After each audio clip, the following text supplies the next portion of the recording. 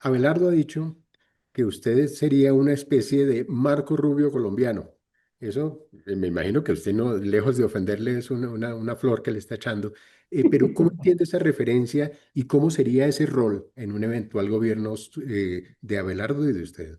Yo lo que creo es que él está insinuando que esta vicepresidencia va a ser un punto de encuentro entre la política local y la política internacional, entre los actores del modelo económico, Ministerio de Hacienda, de Desarrollo, o sea, de Comercio, de Agro, de Industria, de Infraestructura, y los inversionistas y potenciales calificadoras de riesgo.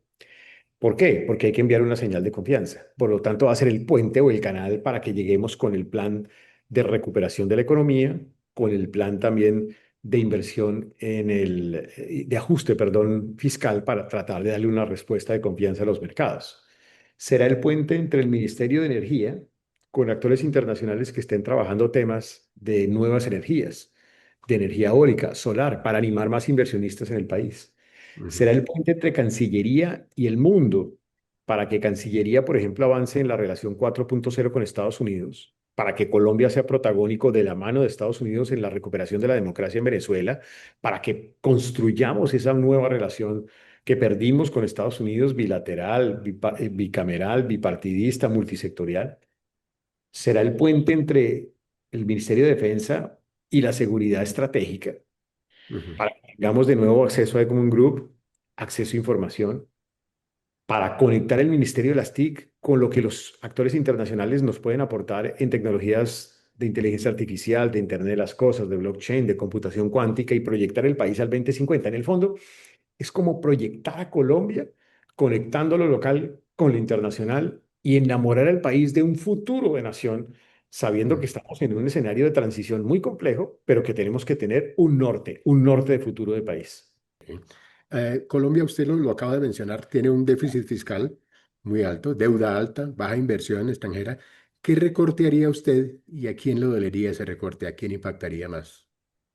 Y lo que es muy importante es que Colombia multiplicó por más de 10 el déficit fiscal en solo 2 años. En 2023 el déficit primario era de 0.3 negativo. El último año 25 es 2, perdón, es 3.5, o sea, más de 10 veces el déficit en 2 años. Un sobreendeudamiento brutal. Comparado 2022 contra 2025, la deuda sube de 800 a más de 1.200 billones, o sea, más de un 50%, brutal.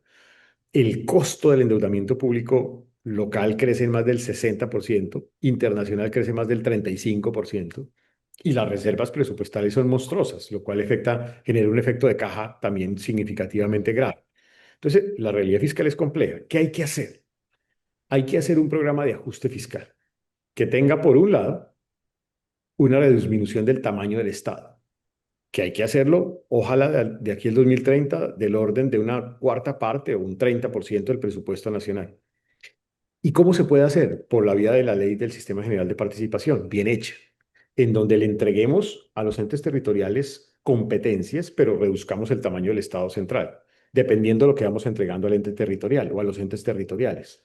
Dos, también hacer un esfuerzo de gasto innecesario. Arranque usted por entidades como, por ejemplo, Ministerio de la Igualdad. Siga usted eh, con entidades que están hoy en entredicho en la discusión pública. Hay que hacer un esfuerzo también en revisión de las agencias del Estado. Hay que hacer en general una revisión de gastos innecesarios mal focalizados. Lo ¿Y en qué tercero, porcentaje se puede bajar el tamaño del Estado? En nuestra su propuesta opinión, es que más o sea menos. del orden del 30% Ok, de aquí ok. al 2030. Y lo otro que hay que hacer es revisar la estructura tributaria para favorecer el sector productivo con énfasis en micro, pequeñas y medianas empresas y que de esa manera el país pueda motivar un crecimiento.